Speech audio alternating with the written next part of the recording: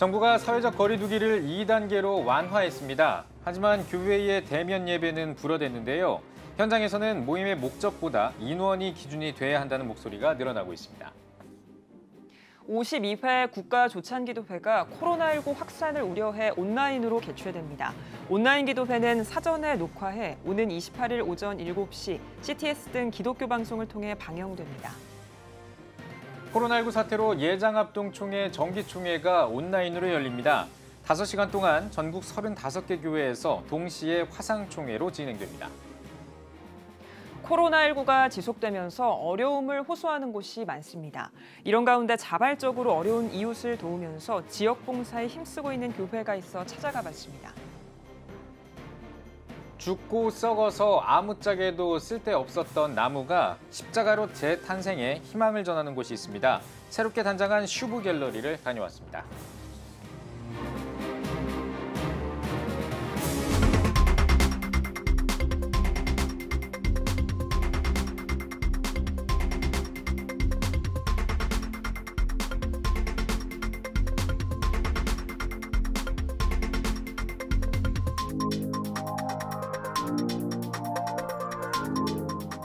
시청자 여러분 안녕하십니까? 9월 15일 CTS 뉴스입니다.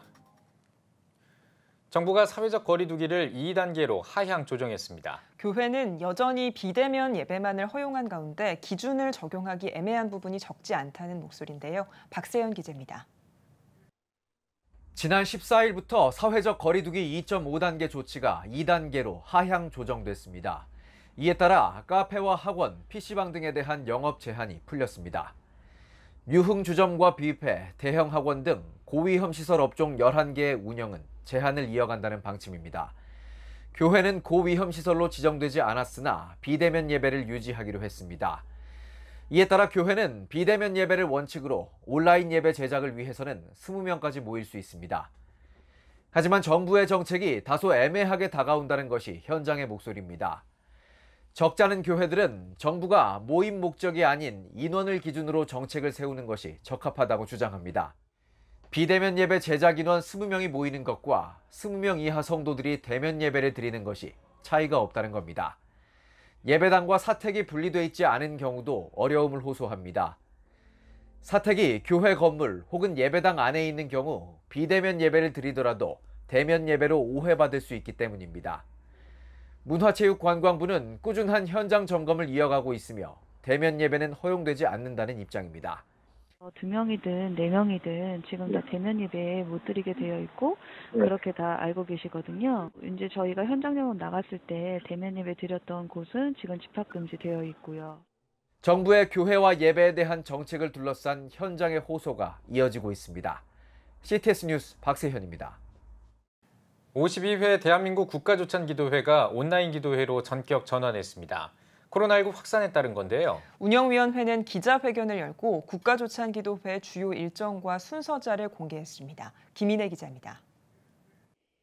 국가와 민족의 미래를 위해 힘을 모아 기도하는 제52회 대한민국 국가조찬기도회가 코로나19 확산을 우려해 온라인으로 열립니다.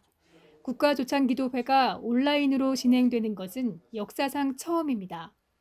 1단계가 조치가 되어서 홍은동으로 한 6분의 1로 줄여가지고 한 500명 선으로 이렇게 준비를 또 했었습니다.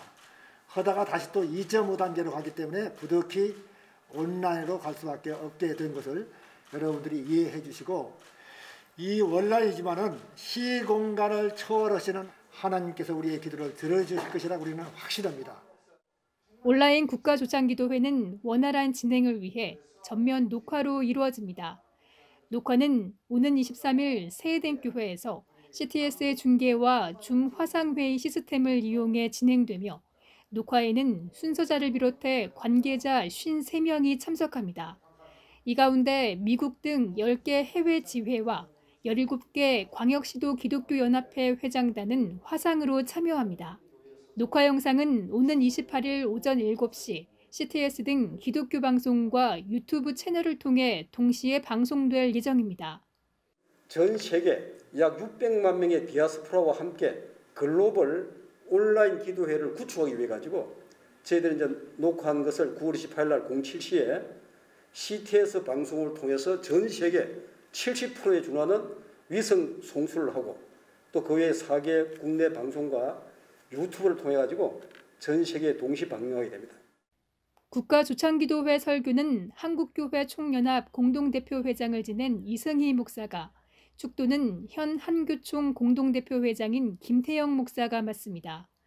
회개와 일치 그리고 회복이라는 주제 중심의 특별 기도 순서는 감리회 윤보환 감독회장 직무대행, 우리들 교회 김양재 목사, 국가조창기도회 수석 부회장 이봉관 장로, 전 육군 참모총장 권호성 장로가 맡았으며 중보기도는 세해den교회 소강성 목사가 인도할 예정입니다. 이 화상회의의 순서자는 원칙적으로 지난 3월 달 행사에 대비해서 순서를 맡기려고 했던 분들을 가능하면 그대로 유지하도록 노력을 했습니다. 한편 문재인 대통령의 참석 여부에 관심이 집중되는 가운데 올해 국가조창기도회에는 직접 참여가 아닌 인사 영상으로 대신할 것으로 보입니다. CTS 뉴스 김인혜입니다. 9월 정기총회를 앞두고 있는 한국교회 주요 교단들이 대부분 총회를 온라인 화상회의로 전환하거나 연기하고 있습니다. 대한예수교장로회 합동총회도 교단 역사상 처음으로 온라인 화상총회를 진행한다고 하는데요. 미리 들여다봤습니다. 최대진 기자입니다. 대한예수교장로회 합동총회 제105회 정기총회가 온라인 화상총회로 열립니다. 당초 예정 합동은 오는 21일과 22일 세해den교회에서 개최하기로 했지만 코로나19 사태로 감염 예방과 방역 강화 등 여러 상황을 고려해 이같이 결정했습니다. 예정 합동 김종준 총회장은 미중유의 코로나19 사태로 인해 교단 역사상 처음으로 온라인 화상총회란 새로운 형태의 총회를 진행하게 됐다며 감염 예방은 물론 사회적 비난과 교단 이미지 등 여러 부분을 고려해 이같이 결정했다고 밝혔습니다. 처음으로 실시하는 화상총회이기 때문에 여러 가지 준비를 잘하고 있지만 미숙한 점이 있으리라 생각합니다. 우리 모든 총대들이 잘 협력해서 성총하게 될 수 있도록 함께 기도해 주시고 힘써 주시면 감사하겠습니다. 회의 시간은 오는 21일 하루 오후 2시에 개회, 오후 7시에 파회합니다. 총회 규칙에 근거해 진행하지만 기존과 다른 점은 모임 장소를 분산해 진행합니다. 세해den교회를 본부로 화상회의가 가능한 전국 35개 교회를 선정해 각 교회당 50명 이하로 총회 총대를 배정합니다.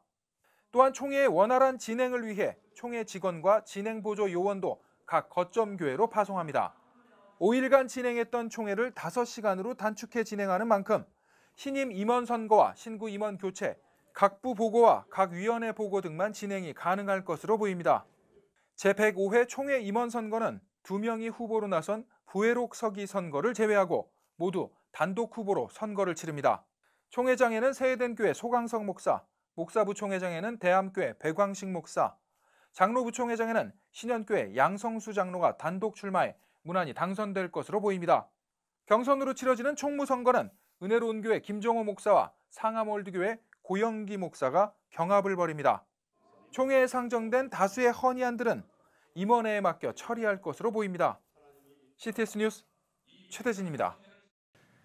코로나19 사태가 길어지면서 어려움을 호소하는 이웃들이 많습니다. 작은 도움이지만 이들을 위해 팔을 걷어붙인 교회가 있다고 하는데요. 구요한 기자가 취재했습니다. 코로나19 바이러스 장기화로 인해 전국 곳곳엔 그 피해가 심각합니다. 남양주시 오남읍에 있는 한 교회는 힘든 시기에 어려움을 호소하는 이웃에게 먼저 눈을 돌렸습니다. 코로나 상황에 교회의 대처를 고민하던 중 그 교회 최성열 목사는 지난 2월부터 코로나19 극복 프로젝트를 진행했습니다. 마스크 400장을 지역 어린이들에게 나눠주는 것을 시작으로 손소독 티슈 4,000개를 지역 주민들에게 배포했으며 소외계층에게 생필품, 쌀 등을 담은 선물을 100가정에 전달하였고 월세를 감당하지 못한 교회에 생활비 지원 등을 이어왔습니다. 좀 적극적으로 교회가 할 수 있는 일은 무엇일까 하다가 지금 여러 가지 1탄부터 6탄까지 지금 코로나 극복 프로젝트를 진행하고 있는 겁니다. 지역 사회를 위해서 교회는 강도 만난 자의 이웃이 돼야 된다고 생각했기 때문에 이 일을 진행하고 있습니다. 여름에 이어진 사역은 휴가를 농활로 쓰기 프로젝트. 매년 전국 각지에선 농활이 활발했지만 코로나로 추수가 힘들어진 상황. 그 교회 성도들은 농촌의 부족한 일손을 감당하고자 휴가도 반납하고 기쁨으로 도왔습니다. 휴가라면은 보통 산도 가고 바다도 가고 휴양지에 가야 되는데 이번에는 우리 그 휴가를 이렇게 농촌에 와서 봉사를 해서 뜻깊은 것 같아요. 농사는 안 되고 너무 뭐 도와주다 오셔갖고 너무 고마워요. 한편 계속 진행 중인 무료 방역 소독은 소상공인들을 위해 교회에서 소독기계를 구매해 지역 상가, 유치원, 식당 등의 방역을 하고 있습니다. 교회에 대한 시선이 부정적인 요즘, 그 교회는 코로나19 극복 프로젝트를 통해 지역을 섬기는 교회로 노력하고 있습니다. 요즘에 굉장히 힘든 시기잖아요. 특히 이제 교회에 대한 여러 가지 분분한 의견들도 많고 하는 이 시기에 교회에서 이렇게 자원해서 봉사해 주신다는 그 자체가 돈이 있거나 사람이 많아야 우리가 어떤 일을 하는 게 아니고 또 없는 중에도 가난한 중에도 지역 주민들을 위해 할 수 있는 거 찾아보니까 상당히 많더라고요. 특히 힘들고 어려운 이런 시기에 예수님의 사랑을 적극적으로 실천하는 교회가 저는 부흥하는 교회예요. 작지만 큰 교회라고 생각합니다. 복음의 공공성을 회복하기 위해 힘쓰는 그 교회. 배타적인 교회의 모습이 아닌 세상과 소통하고 동행하는 노력이 계속 이어지고 있습니다. CTS 뉴스 구요한입니다. 코로나19와 역대 최장 기간의 장마, 태풍 등 올해는 그 어느 때보다 어려운 시간을 보내고 있습니다. 우리 국민 서로 간의 위로와 응원이 필요한 시점인 것 같은데요. 이미 죽어서 썩어버린 나무로 십자가를 조각해 작품을 만드는 작가가 있는데요. 그 십자가 작품으로 위로를 전할 만한 공간이 준비를 마쳤다고 합니다. 전상민 기자가 찾아가 봤습니다. 우거진 주위의 나무숲을 지나 야트막한 경사를 살짝 오르면 눈에 띄는 커다란 건물. 죽고 썩은 나무로 십자가를 조각해 지친 삶에 희망을 전했던 우회본 작가가 경기도 안성에 새롭게 단장한 슈브 갤러리를 오픈했습니다. 슈브라는 게 히브리어로 회복하다 이런 뜻이에요. 많은 이들이 조금 지치고 조금 힘들는 이런 분들이 이곳에 오셔서 제가 십자가도 만들고 뭐 그림도 그리고 그래서 그분들에게 작게나마 그래도 조금 비전을 품을 수 있도록 그리고 회복할 수 있도록 지친 마음을 위로해 줄 수 있도록 그렇게 해주는 제가 그런 장소입니다. 한적한 숲속의 갤러리 한 동과 작업실 한 동으로 구성된 슈브 갤러리. 새 생명을 얻은 나무 십자가들이 두 팔을 벌려 상처받은 이들을 위로하는 듯 전시돼 있고 지친 이들을 다독이는 듯 위로가 되는 성경 말씀이 군데군데 조각돼 있습니다. 갤러리에는 커피와 차를 마실 수 있는 테이블이 십자가들 사이에 조화롭게 배치돼 있으며 야외에는 따뜻한 햇빛을 쐴 수 있는 테라스도 설치돼 있어 기독교인뿐만 아니라 비기독교인도 편하게 쉴 수 있는 휴식의 공간을 제공해 줍니다. 또한 예쁜 사진을 찍을 수 있는 포인트 공간도 조성돼 방문자들에게 기분 좋은 추억을 선사합니다. 버려져 가치 없던 나무로 하나부터 열까지 이곳의 모든 것들을 직접 제작한 우회본 작가. 하나님께서 죽어가던 나를 회복시키시고 사용하셨다고 말하는 우 작가는 슈브 갤러리도 코로나19로 지친 이들을 위로하고 회복시키는 소중한 공간이 됐으면 좋겠다는 작은 바람을 이야기합니다. 간판에도 보면은 슈브 해놓은 데서 새 한 마리가 딱 앉아갖고 S자에 딱 앉았어요. 그 다음 V자에 날아가는 게 있어요. 그게 뭐냐 하면은 슈브에 그냥 편안하게 오셔서 슈브 돼서 자유하게 날아갈 수 있는 그런 장소 되기를. 쓸모없던 존재에 중요한 가치를 부여해 새 생명을 탄생시켰던 우회본 작가. 그리고 그녀의 소박한 바람으로 탄생한 슈브 갤러리. 코로나19로 어느 때보다도 희망이 필요한 이때 지친 이들을 위로하고 격려하는 소중한 힐링의 공간이 되고 있습니다. CTS 뉴스 전상민입니다.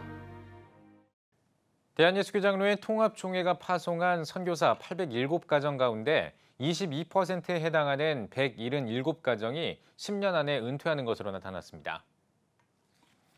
예장통합총회 세계선교부가 최근 실행위원회에서 보고한 선교사 현황에 따르면 2024년까지 매년 최소 5가정이 은퇴하고 2025년부터 2029년까지는 매년 최소 18가정, 2030년에는 40가정이 은퇴를 앞두고 있는 것으로 파악됐습니다.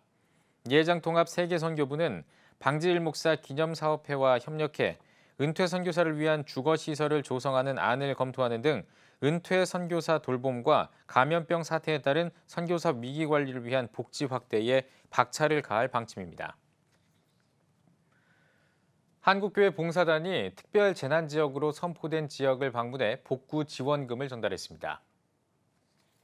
한교봉은 특별 재난지역으로 선포된 충청북도 금산군과 전라북도 남원시, 경상남도 하동군 기독교연합회를 방문해 복구 지원금과 의류를 전달했다고 밝혔습니다. 금산군 기독교연합회 박완철 회장은 10개가 넘는 교회가 침수 피해를 봤는데 꼭 필요한 곳에 사용하겠다며 감사를 전했습니다. 한교봉은 올해 장마와 태풍으로 피해를 입은 지역을 방문해 지원금과 의류 등을 전달해 오고 있습니다. 기독교 한국 침례회가 110차 총회를 다음 달 12일로 연기했습니다. 기침총회는 온라인 총회 개최를 검토하고 온라인으로 정기총회를 대신할 경우 법적 분쟁의 우려가 있는지 법률 자문을 받은 것으로 알려졌습니다. 기침 관계자는 코로나19는 누구도 경험하지 못한 재난이라 관련 규약이 없었고 이런 상황에서 온라인으로 총회를 열 경우 법적 분쟁이 일어날 가능성이 제기됐다며 일정을 연기해 열리는 정기총회에서 관련 부분을 논의할 예정이라고 전했습니다. 글로벌 사중보금연구소가 코로나19를 예방하고 방역수칙을 준수하기 위해 7차 사중보금 국제학술제를 화상 강의로 대체해 진행했습니다. 사중보금과 성결, 오순절 운동을 주제로 열린 이날 학술제는 서울신대 박창훈 교수와 강경애 박사, 아주사 퍼시픽대 엘머 마스터스, 돈 솔슨 박사가 각각 발제했습니다. 발제자들은 성결운동의 역사를 돌아보고 사중복음과 성결운동의 연결점을 제시했습니다. 사중복음의 그 기초가 성경에 있다라고 하는 것, 그리고 또 오늘의 시대에 적절하게 적용될 수 있다라고 하는 것을 이제 이번 학술대회를 통해서 다시 한번 확인하게 되고요. 이제 사중복음의 역할과 그리고 사중복음을 어떤 삶 가운데서 이제 살아내야 할 것인지를 이제 잘 밝힌 5명의 발제가 이번 학술제에서 중요한 내용이 되겠습니다. 이날 학술제에서는 미국의 오순절 성결운동가인 고 도널드 W. 데이튼 박사의 유작 논문을 하나로 묶어서 만든 사중복음과 복음주의의 출판 기념회도 함께 진행했습니다. 사중복음으로 우리가 여기에 충실하고 정말로 구원의 복음의 능력이 나타난다고 한다면 얼마든지 이 시대를 이겨낼 수 있고 우리가 이 사중복음으로 한국교회를 이끌 수 있고 구원할 수 있을 줄로 믿습니다. 이번 학술대회는 원래 미국 LA에서 개최할 예정이었지만 코로나19 확산으로 화상 강의로 전환했습니다. 미랄복지재단이 6회 스토리텔링 공모전 일상 속의 장애인 시상식을 온라인으로 개최했습니다. 보건복지부 장관상에는 발달장애인 오빠와 비장애인 동생의 감동적인 일상을 그려낸 최유리 씨의 우리 집에 DJ가 산다가 수상했습니다. 최유리 씨는 제 글을 통해 발달장애인과의 소통도 어렵지 않다는 것을 많은 분들이 알게 되길 바란다며 앞으로 편견보다는 소통이 앞서는 사회가 되길 소망한다고 전했습니다. 이 밖에도 박성근 씨의 어머니와 홍 씨, 김명희 씨의 우산 지팡이 등 총 20점의 작품이 수상작으로 선정됐습니다. 미랄복지재단 정영석 상임대표는 앞으로도 장애를 향한 따뜻한 관심으로 우리 사회를 더욱 아름답게 변화시켜 주시길 희망한다고 말했습니다.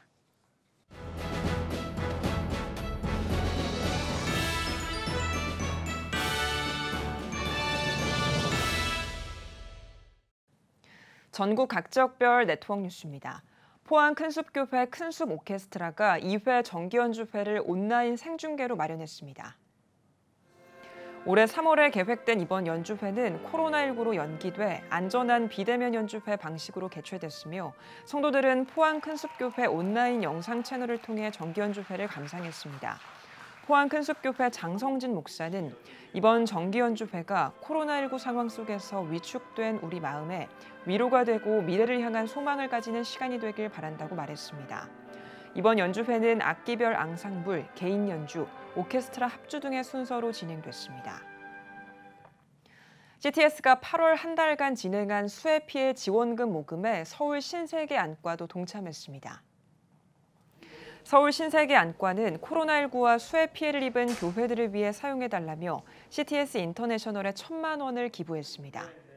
크리스천들이 사실은 전쟁이 나도 힘들면 힘든 대로 모여서 예배를 드리고 하는 게 당연한 일인데 어떻게 마치 이렇게 그렇게 모여서 예배를 드리는 게 사회에 해가 되는 것 같은 분위기가 되는 게 되게 마음이 아팠고 너무너무 이례적인 일이라 생각이 드는데 아직 자립하지 못한 교회들도 많은데 그분들이 너무 힘들 수도 있겠다. 그러니까 그런 걱정이 조금 됐어요.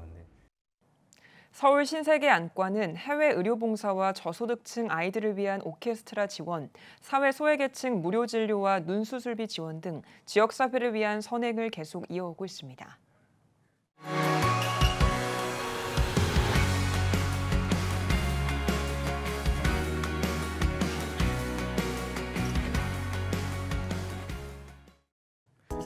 한 주 동안의 주요 뉴스를 살펴보는 소셜 브리핑 크리스천을 위한 세상복입니다. 정부의 의료 정책에 반대해온 의대생들이 동맹 휴학과 국가고시 거부 등 단체 행동을 중단했습니다. 대한의과대학 의학전문대학원 학생협회는 성명을 통해 보건의료정책 상설감시기구의 발족으로 협회의 목적을 달성했다며 모든 단체 행동을 공식적으로 중단한다고 밝혔습니다.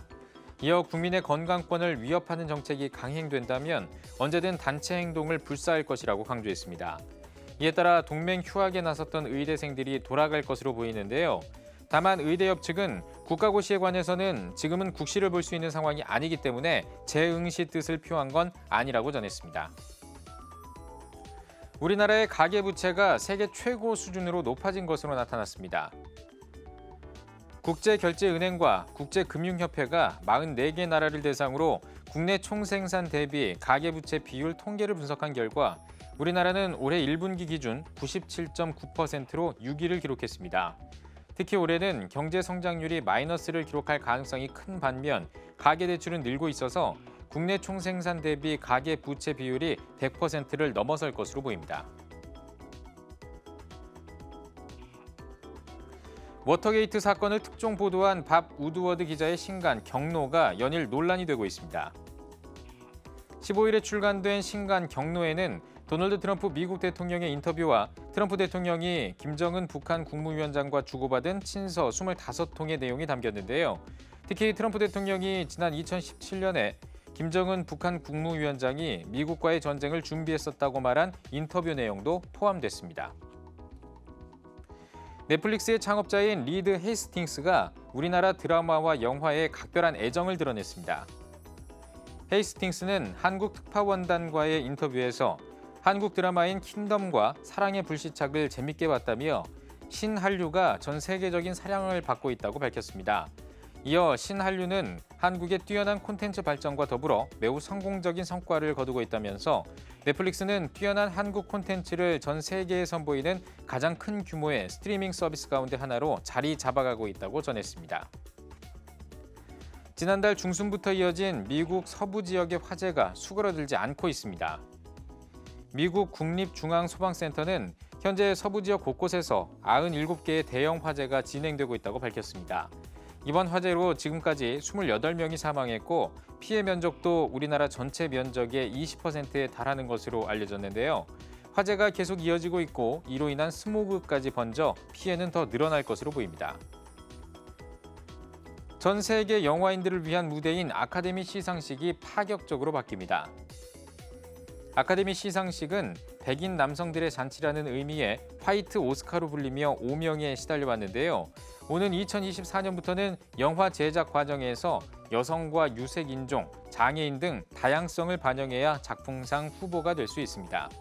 작품을 묘사하거나 주제를 잡을 때 감독이나 배우 등 스태프를 고용할 때 등 4가지 기준 가운데 2개를 충족해야 후보 자격이 주어지는 건데요. 영화 평론가들은 다양한 영화를 보여주기 위해 체질 개선을 명문화했다는 점에서 높게 평가할 수 있다고 전했습니다. 지금까지 소셜 브리핑 크리스천을 위한 세상복이었습니다.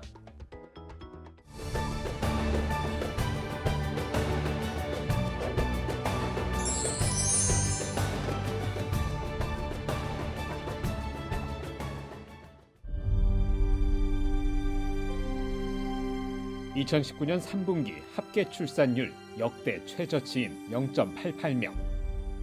출생자보다 사망자가 많은 인구 자연 증가율 0%의 대한민국. 이제 한국교회가 나서야 합니다. 교회, 학교, 가정이 함께하는 교육 선교. CTS가 함께합니다. 다음 세대와 가슴 뛰는 세상을 열어갑니다.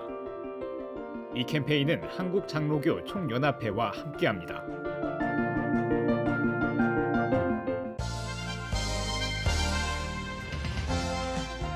여러분은 지금 CTS 뉴스를 시청하고 계십니다.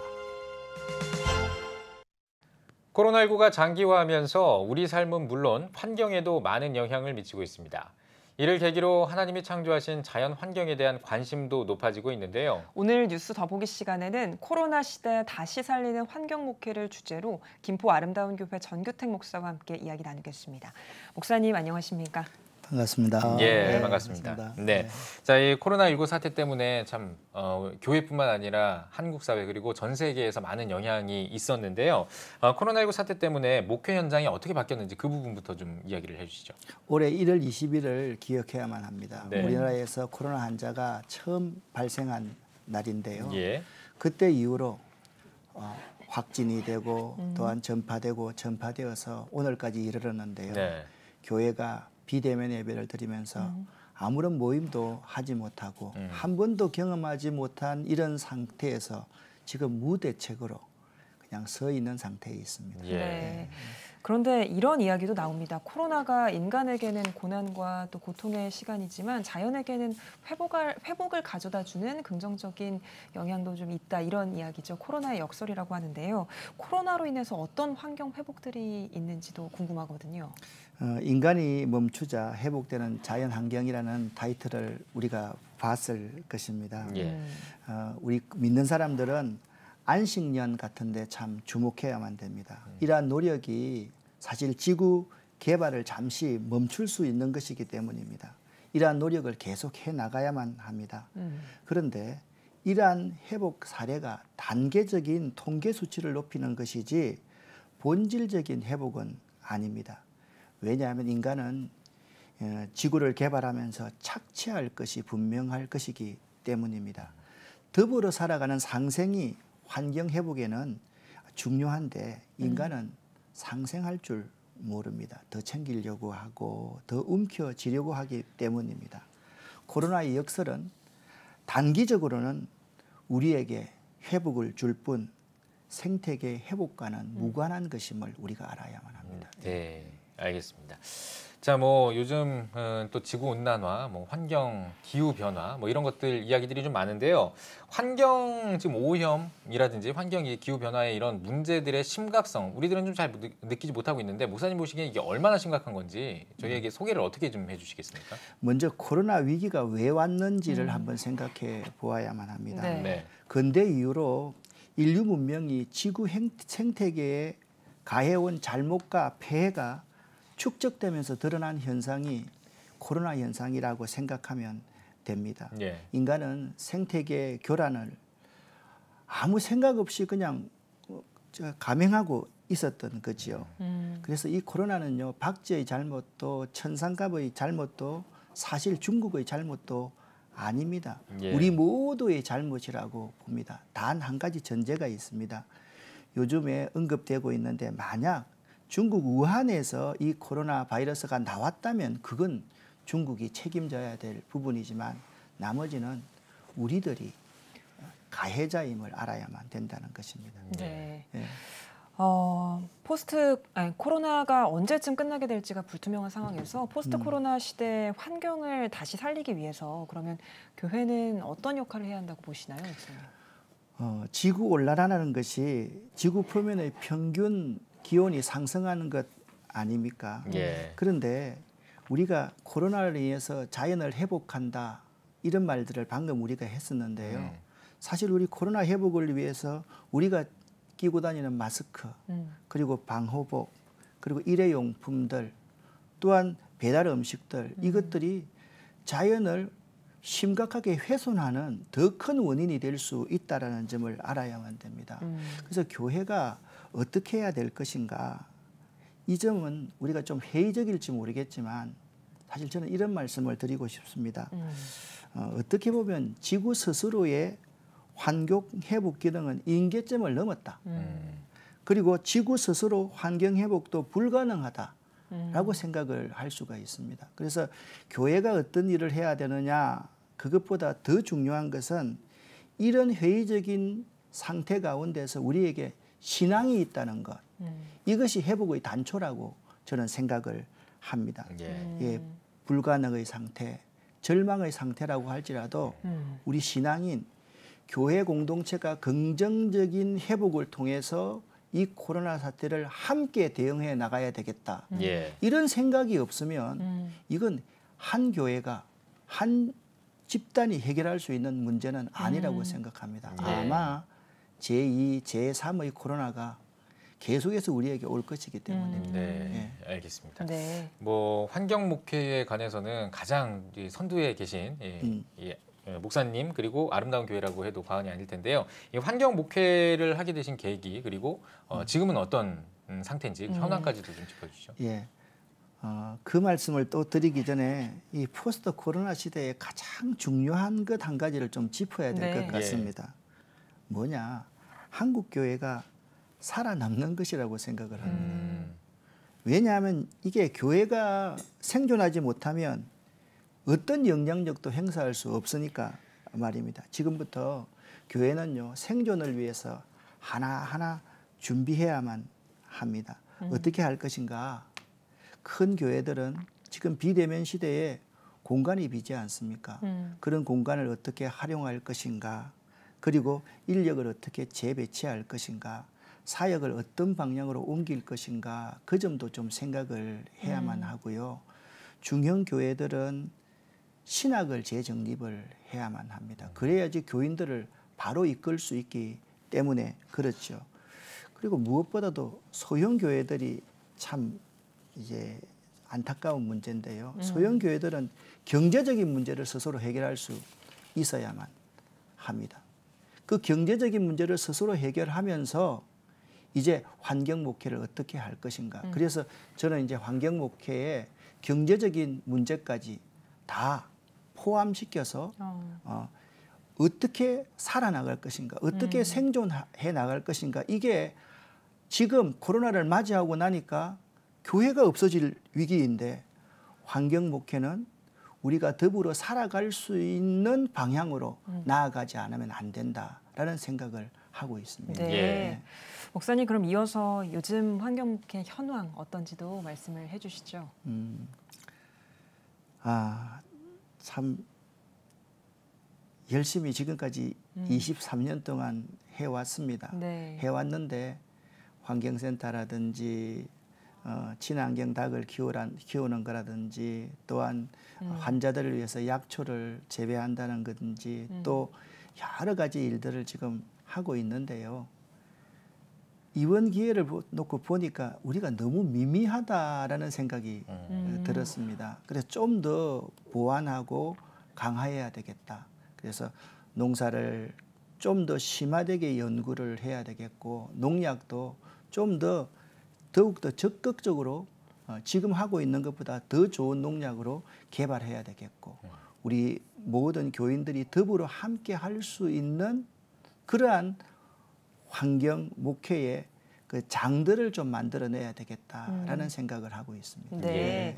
그러면 이러한 환경 목회에 대해서 아름다운 교회 성도님들이라든지 아니면 지역 주민들의 반응은 어떤지, 이것도 궁금하거든요. 교회와 교인들의 반응은 좋지요.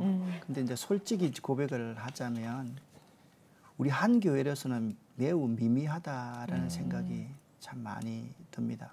이번에 한계를 참 다시 한번 많이 느끼면서 내가 환경 목회를 하는 것이 이런 코로나 시대에 이 사회를 어떻게 움직일 수 있을 것인가를 생각해 보니까 이제 좀 더 믿지 않는 분들에게 다가가야 되겠다. 그들을 만나고 그들을 이해시키고 그들과 함께 할 수 있는 교회와 제 환경운동가가 되어야 되겠다라는 생각을 합니다. 사실 교인들과 접촉은 많이 했는데 교인 아닌 분들과 접촉은 교인들보다 훨씬 덜 했거든요. 이제부터는 교인들과 접촉하는 시간 이상으로 교인 아닌 분들과 겸손하게 다가가서 접촉하고 그들을 이해시키고 설득시킬 수 있는 그러한 목회가 참 중요하다라고 생각을 하고 있습니다. 네, 알겠습니다.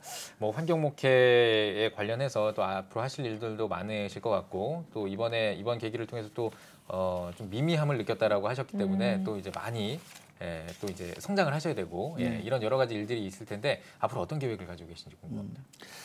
이번 코로나로 인해서 한 가지 큰 수확을 얻었던 게 있습니다. 모든 사람들이 환경의 중요성에 대해서 인식하게 되었다라는 것입니다.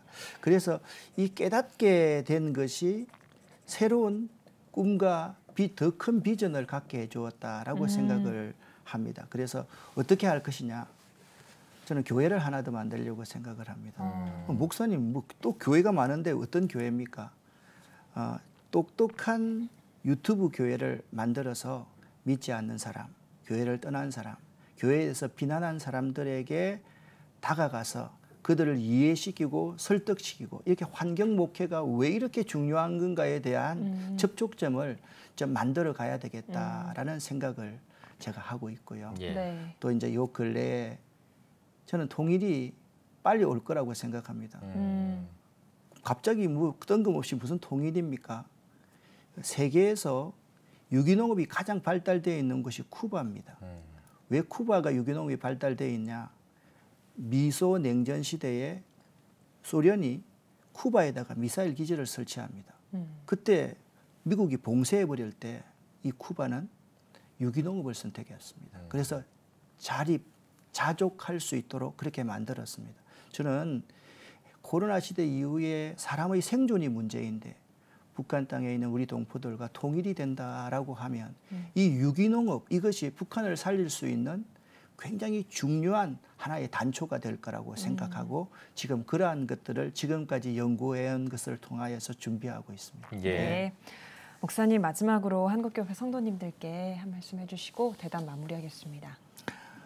서기 166년경에 로마에 역병이 돌았습니다.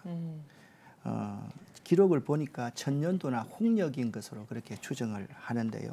15년간 이 전염병이 계속 창궐합니다. 엄청난 사람이 죽습니다. 그리고 이 시신들이나 아픈 사람들을 어디 둘 데가 없어가지고 이들을 길에 버렸습니다. 이때 버려진 그 환자들에게 음식을 먹이고 그들을 돌봐줬던 사람들이 그리스도인이었습니다. 그때 이후로 기독교가 아주 팽창하게 된 시기가 있습니다. 우리가 이 시기에 그러한 정신을 좀 회복해야 된다라고 생각합니다. 숨지 말고 피하지만 말고 적극적으로 대처하고 앞으로 나아갈 수 있는 우리들이 될 수 있으면 참 좋겠다라는 생각을 합니다. 네, 알겠습니다. 네, 오늘 뉴스 써보기 시간에는 김포 아름다운 교회 전규택 목사와 함께 이야기 나눠봤습니다. 목사님 나와주셔서 고맙습니다. 감사합니다.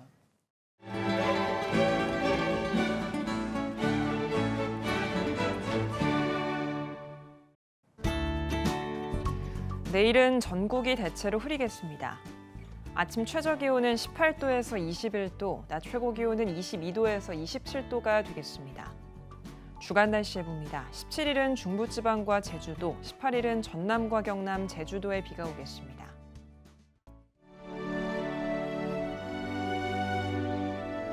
백만인 기도운동에 새롭게 참여하신 분들입니다.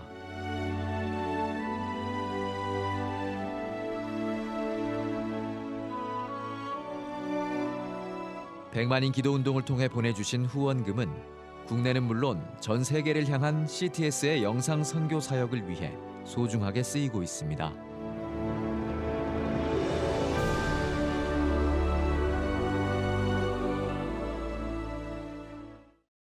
CTS 뉴스 오늘 순서 여기까지입니다. 시청해주신 여러분 고맙습니다.